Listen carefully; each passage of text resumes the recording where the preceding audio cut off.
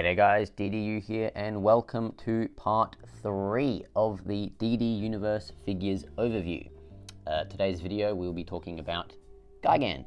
So, how did I acquire this figure and what's the inspiration behind the paint scheme? I found this figure on Zen Market in used condition for a really good price. It was actually sitting on there for a couple of weeks. I had it on my watch list. And eventually I decided to just, hey, I'm just going to buy it. Why not turn it into a cool custom? So that's how I acquired the figure. But why does Gigan look the way it does?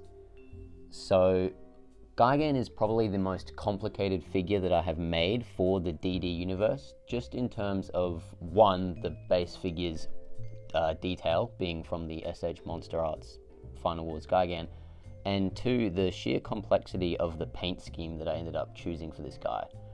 So while I actually purchased the figure, initially the plan was to just make this Gigan the classic Gigan color scheme. However, while waiting for the custom to arrive, I was actually doing a movie marathon with one of my buddies, and we ended up watching the Predator series of films. And Predator 2 is one of my favorites just because it was the first one I seen. And I really loved the look of the City Hunter Predator.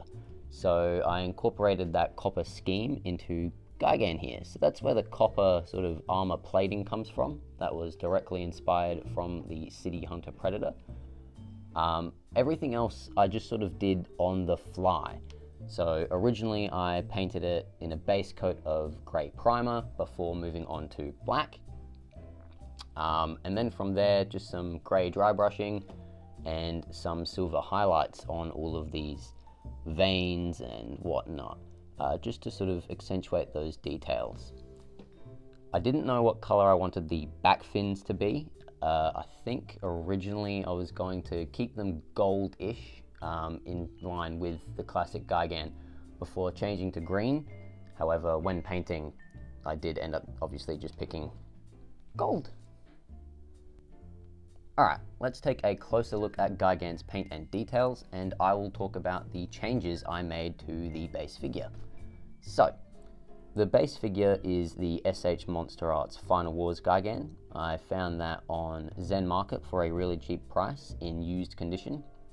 The figure was missing most of its accessories, this claw was damaged, and there were a couple of other notable features like this tail, the end of the tail always popping off, being really loose. So because the figure was in used condition and it was sitting in my watch list for such a long time, I figured I'd purchase it and I'd make it into a custom. So that's how I acquired the figure. And now I guess we'll talk about some of the changes I made. So we'll address the elephant in the room, that being Gigan's left hand being this double Gatling gun. That was actually inspired by a magazine cover, I believe, of Gigan, where it looks like Gigan is sort of pointing down, shooting with a double magazine minigun. So I thought that was really cool, and I wanted to incorporate that onto this custom. So that comes from a Gundam kit. I'm not sure which one. It might even just be a Gundam Options kit. I'm not too sure. So that was just painted, dry brushed in gunmetal with some gold highlights and glued to Gigan's arm with a trick that I found myself accidentally. Actually, I'm sure I'm not the only one that's found it, but by using super glue and blue tack, or I don't know what you would call it in America, but here in Australia we call it blue tack, it actually creates a really super strong bond. So like, this is not coming off. There's no way to rotate this. There's no way to rip it off. That's really, really in there. Thankfully for me, the gun itself is actually really light, being made of plastic. So Gigan can actually hold it up. Despite it looking comically large, Gigan can hold up this weapon without any trouble at all. The rest of the figure stayed the same. I didn't do any additional sculpt work. Everything else was just paint work. So you can see the armor is done in a very nice bronze. That was inspired by the City Hunter Predator from the Predator series. Again, the body just stayed black with some silver sort of dry brushing spread throughout.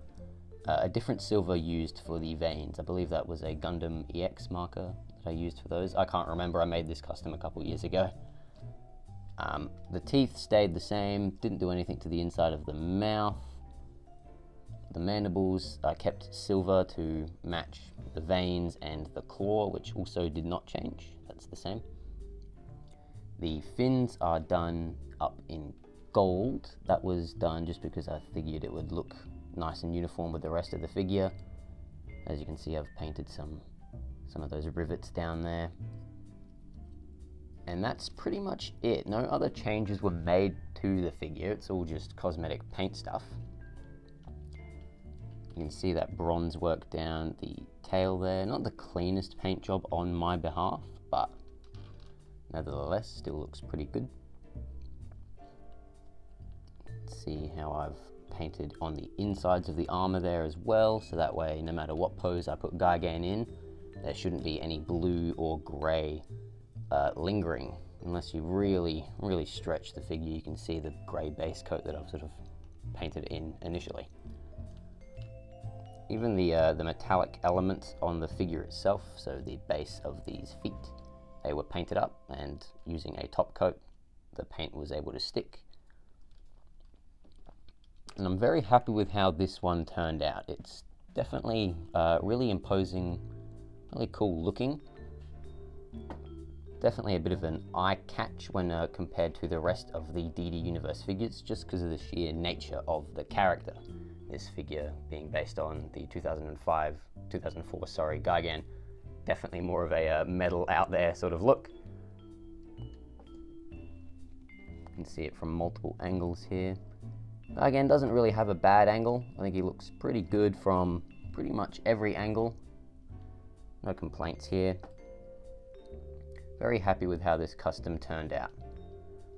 I didn't make any additional accessories for Gigan outside of the Gatling gun. As you can see in some of the B-roll, it can be lengthened with just the additional parts that came with the 30-minute missions kit, or sorry, the Gundam expansion kit, or maybe it was a 30-minute missions kit, I don't know. But no extra accessories, and that's about it. That's all she wrote for Gigan. It's a very nice figure, very nice paint job, turned out very well. So here we have the DDUniverse Gigan compared with the SH MonsterArts Gigan 1972 on the left and the standard 2004 Gigan on the right. It's actually sort of funny having these figures compared like this because it almost looks like a perfect transition from one end to the other.